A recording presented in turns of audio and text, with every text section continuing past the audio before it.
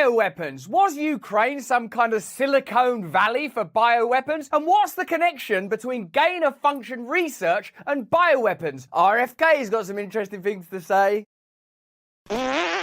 Hello there, you 6.5 million awakening wonders. Thanks for joining us on this incredible voyage to truth and freedom that we're undertaking together in the midst of geopolitical fracture, in the midst of propaganda, censorship and surveillance, in the midst of endeavours that seem so potentially dangerous we must be mad to tolerate them. Today we're talking about Tucker Carlson's conversation with RFK, in which RFK spoke about the biolabs in Ukraine. Now remember, at the beginning of the Ukraine-Russia conflict, in conspiracy land, lots of people were saying, there's bioweapons over there, there's biolabs, people are making bioweapons, and that was one of those things that got sort of shut down. Then it started to be incrementally built upon in a slightly more diplomatic way, like, oh, what about that Victoria Nuland? She's worked for successive administrations and she was involved in the 2014 events in Ukraine that led to that change of government. Don't call it a coup. So we're starting to see more and more, I believe, the intersection of giddy wild conspiracy theories and then sort of rather more mundane bureaucratic manipulation, and frankly what amounts to American foreign policy, using various sites across the world to create either pharmaceutical opportunity, let's call it, or bioweapons. And is there an intersection between gain-of-function research and bioweapons? In short, is gain-of-function research essentially about creating bioweapons? As I understand gain-of-function research is by taking something that's an horrible, nasty little virus and go, you know, this little virus, you know what I think? Go on. It's not bad enough. Let's make it worse. Let's have a look at Tucker Carlson and RFK's conversation and get into this in depth. The fact remains there are U.S. biolabs in Ukraine. Why would we have biolabs in Ukraine?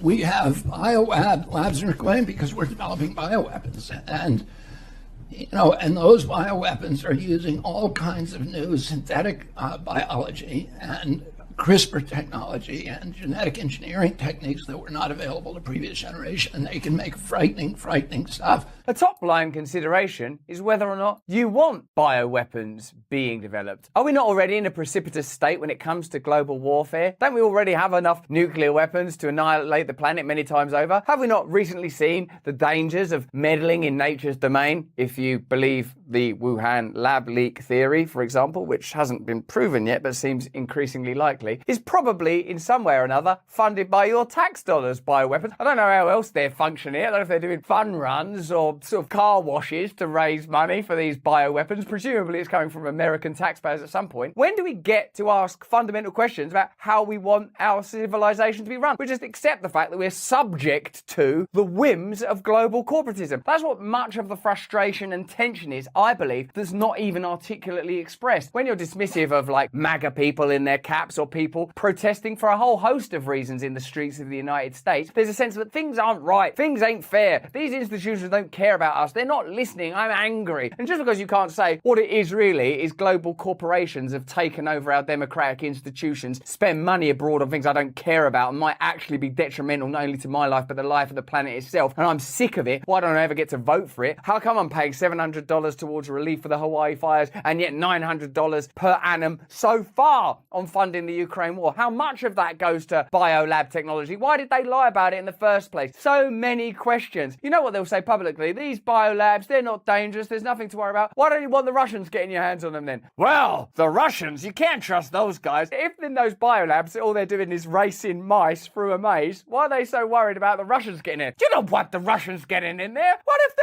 meddle with my most favorite mouses? They can't simultaneously be doing innocuous and innocent mouse experiments in those biolabs and be really worried that the Russians are going to get in there, can they? When the Patriot Act reopened the bioweapons arms race in 2001, the Pentagon began putting a lot of money into bioweapons, but they were nervous at that time because if you violate Geneva, the Geneva Convention, it's a hanging offense. And they weren't sure that that provision in the Patriot Act would actually hold up as a loophole to treaties that had been ratified by Congress. So they were nervous about actually going full force into bioweapons development. So they transferred the authority for biosecurity to one agency in the HHS called the National Institute for Infectious and Allergic Diseases, run by Anthony Fauci. So Anthony Fauci got all the responsibility for bioweapons development. He got at that time a 68% raise from the Pentagon. in order to do that work.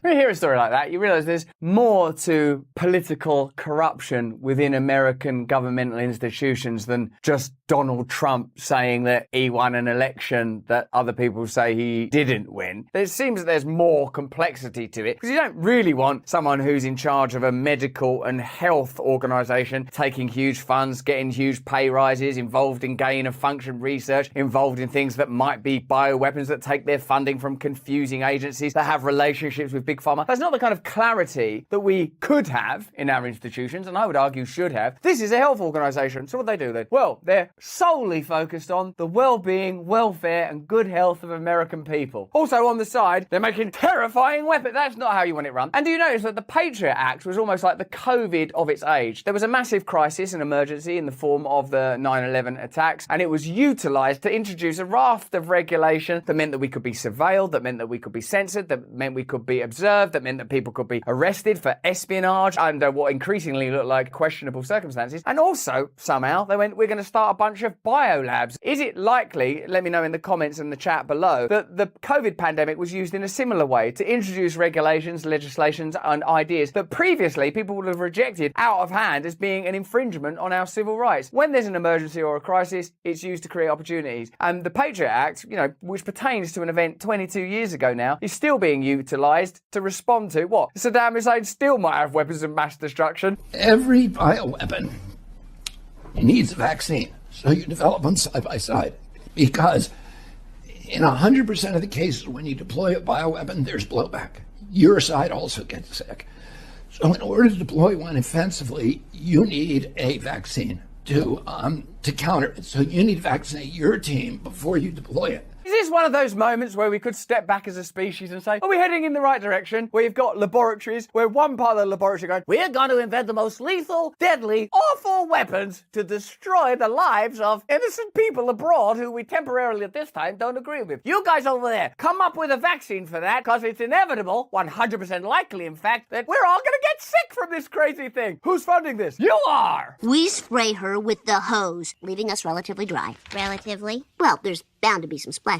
So those two things are developed through a field of science called gain of function science, where you take an infectious microbe and you amplify its infectivity, or you make it jump species, so it may kill monkeys, now you make it kill humans, and you adopt it that way. And there's all kinds of methods for that, and then you make it immune to antibiotics and to therapeutic drugs and to other therapies. So it's actually the inverse of medicine. When I hear that explained, it's like if someone explained the concept of the monarchy to me now. Like, what we're going to do is we're going to get a microbe that's deadly, that's killing monkeys. Yes, and cure those monkeys, right? Because we all love monkeys. No, we're going to make it worse. Oh, poor monkeys. I've not finished yet. I make it infectious to not us and our children. Yes, us and our children. Don't worry, there's some guys over there working on a vaccine. How's it going, guys? It's going expensive.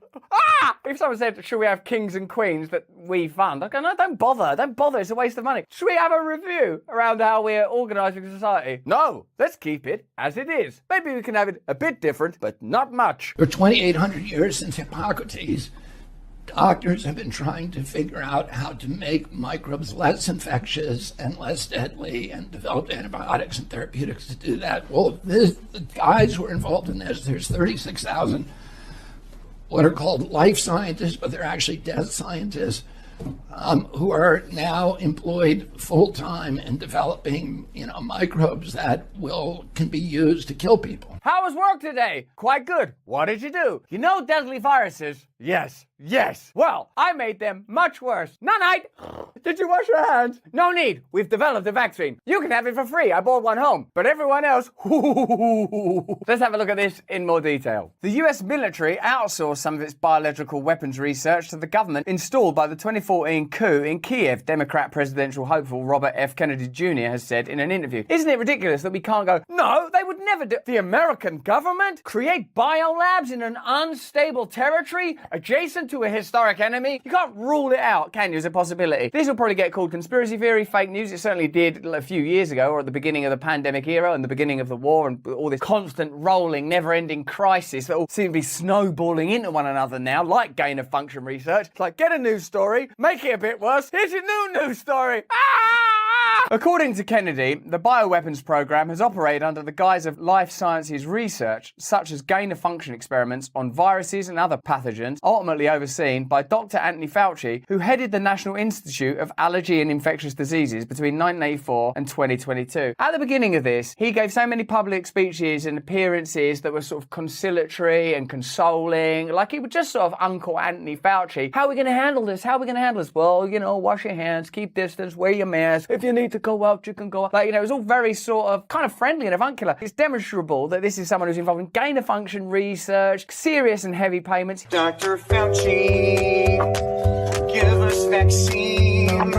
He's not the kind of shaved Santa Claus that we represent. People were dancing around singing songs about him. I think he was on talk shows as a sort of celebrity. It's ridiculous. This is what happens when you have massive, centralized, authoritarian, globalist, corporatist systems that never ask people, the very people that are funding it, whether what they're doing is what those people want. And that applies to this ongoing war between Ukraine and Russia, research of this nature, the response to the pandemic, institutions like the WHO and NATO. You might not want them, but you're funding them. I think we should have political parties that are going, listen, do you want this stuff? Because some of it seems a bit corrupt. Because I don't know anyone who's like, I love paying taxes. At best, you're like, I pay my taxes because it's the law, and I hope on some level it's helping people, like kids or hospitals or something. You work all day. You don't even get an invoice, do you? You don't even get a breakdown of, so what did you spend it on, guys? Let's have a look. Buyout what? We can't do this complex content without the support of our sponsors. Can you imagine what it's like being us and going, oh, can we have some money, please? And tell me, what do you guys do? We say, bring down the corporatist state, bring down the system. Here, have some money. We can't go to Pfizer. We can't go to Lockheed Martin. We go to these guys. Stay to the end of the ad. I'll make it funny, baby. Now, if you want to cheat death and cheat sweet lady time herself, you're going to need to look after your skin.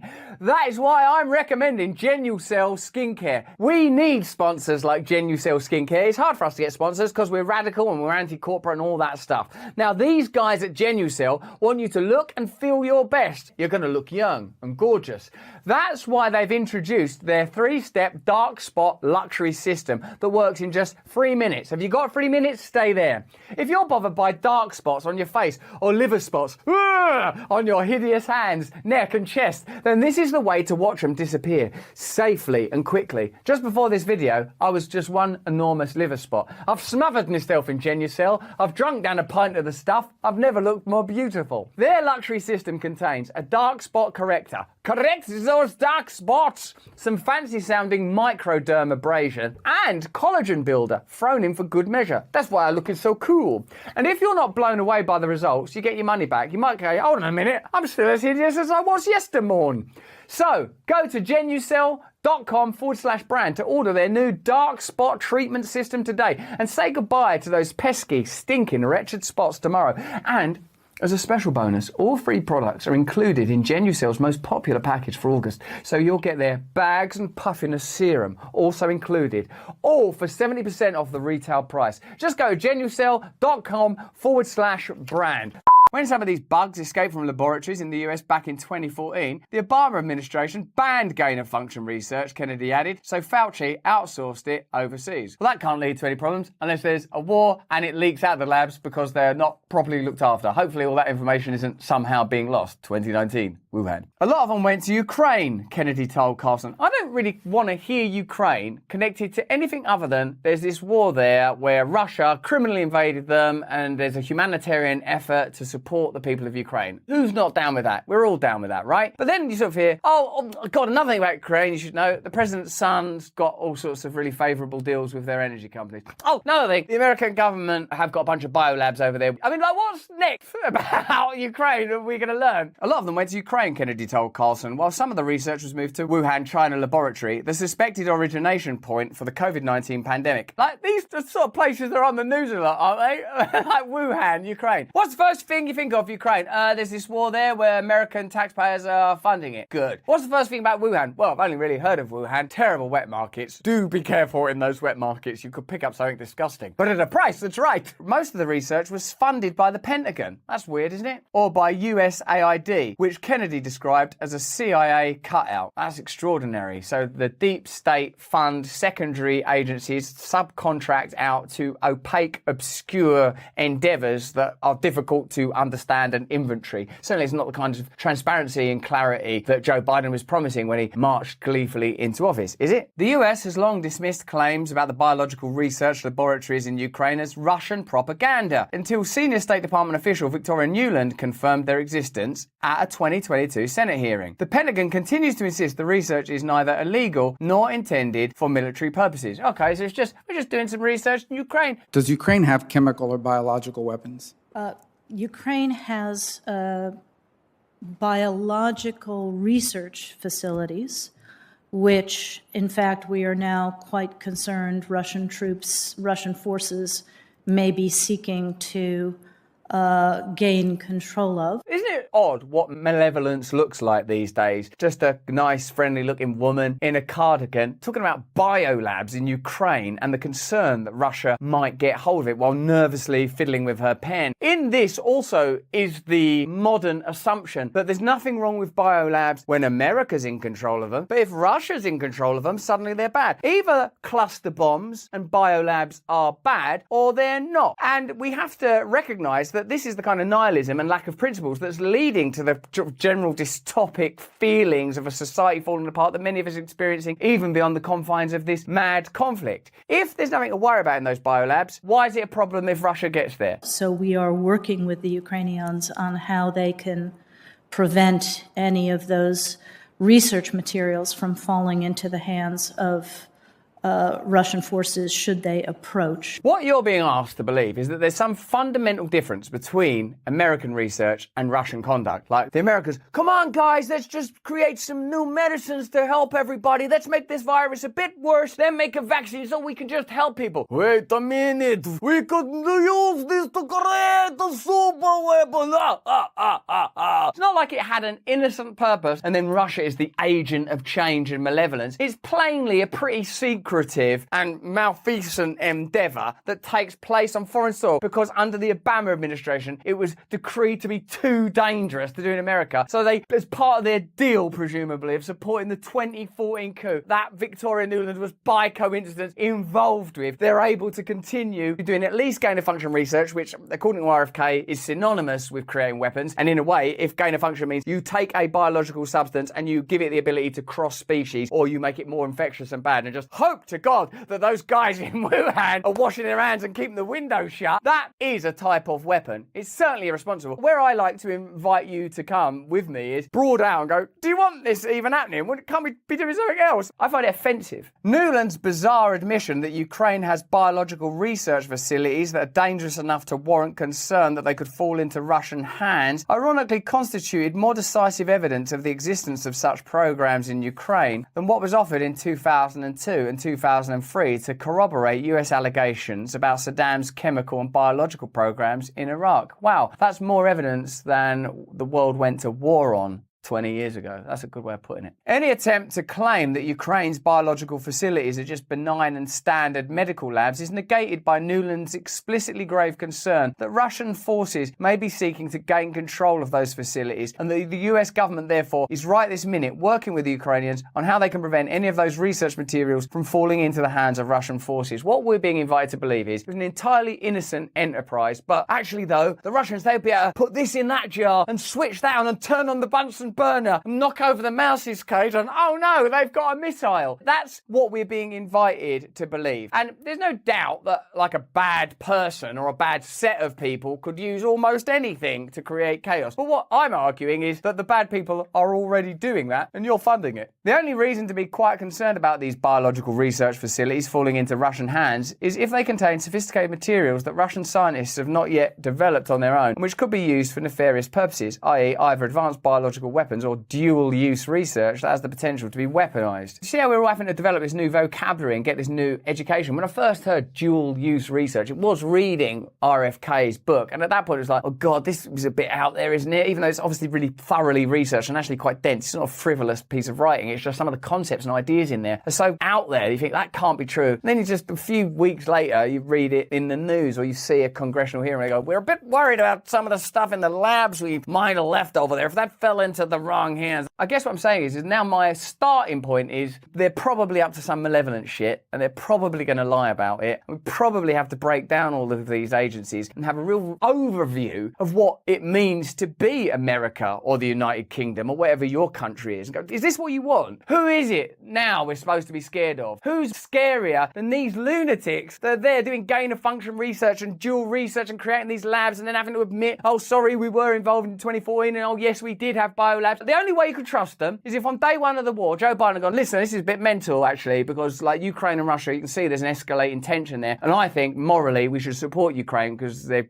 decent people and Russia are the aggressor in this instance. I've got to be honest though, we provoked them in 2014. We reneged on a deal we had not to infringe on former Soviet Union territories. We've got biolabs in Ukraine we're going to be double careful of. And one of my kids has got a cracking job at Burisma. He didn't say that, did he? So now that it's all coming out, I think, you fucking liars! What is in those Ukrainian biological labs that makes them so worrisome and dangerous? And did the US assistance extend to construction and development to the biological research facilities themselves? All we're doing over there is making L'Oreal lipsticks for little mice. In those labs are just mice and rabbits smothered in lipstick, but if the Russians get hold of those sexy mice and rabbits, there's no telling what they'll do. The indisputable reality is that despite long-standing international conventions banning development of biological weapons, all large, powerful countries conduct research that, at the very least, has the capacity to be converted into biological weapons. The work conducted under the guise of defensive research can, and sometimes is, easily converted into the banned weapons themselves. Recall that according to the FBI, the 2001 anthrax attacks that terrorized the nation came from a US Army research scientist, Dr. Bruce Ivins, working at the US Army's Infectious Disease Research Lab in Fort Detrick, Maryland. The claim was that the Army was merely conducting defensive research to find vaccines and other protections against weaponized anthrax, but to do so, the Army had to create highly weaponized anthrax strains, which Ivins then unleashed as a weapon. The lesson about the severe dangers of so-called dual-use research into biological weapons was relearned over the last 2 years as a result of the COVID pandemic. While the origins of that virus have not yet been proven with dispositive evidence, though remember, fact-checkers declared early on it was definitively established that it came from species jumping and that any suggestion of a lab leak was a conspiracy theory, what is certain is that the Wuhan Institute of Virology was manipulating various coronavirus strains to make them more contagious and lethal. The justification was that doing so is necessary to study how vaccines could be developed. But regardless of intent, cultivating dangerous biological strains has the capacity to kill huge numbers of people. All of this illustrates that research that is classified as defensive can easily be converted, deliberately or otherwise, into extremely destructive biological weapons. Does any of this remind you of another story? Are there some names that keep recurring? Let's go a little deeper into this. Senator Rand Paul has referred Dr. Anthony Fauci to the Justice Department for investigation into possible criminal prosecution for allegedly lying under oath to Congress about his knowledge of gain-of-function research conducted at China's Wuhan virus lab. So there you have it. Two of the most preeminent, dominant news stories of recent times appear to have peculiar and confusing elements. No wonder there's a march to censor and control independent media and the ability to communicate and discuss all facets of complicated stories like these, when continually we see stories that are first dismissed as conspiracy theories down the line become more and more demonstrably true, or at least worthy of consideration. As Glenn Greenwald demonstrated there, the story of the Wuhan lab leak went from being something that was simply dismissed to something that seems increasingly plausible. As with Tucker's conversation with RFK, biolabs was once the preserve of nut jobs like you and me, sat in our tinfoil hats wondering about why the world seems so unfair and how certain disasters appear to benefit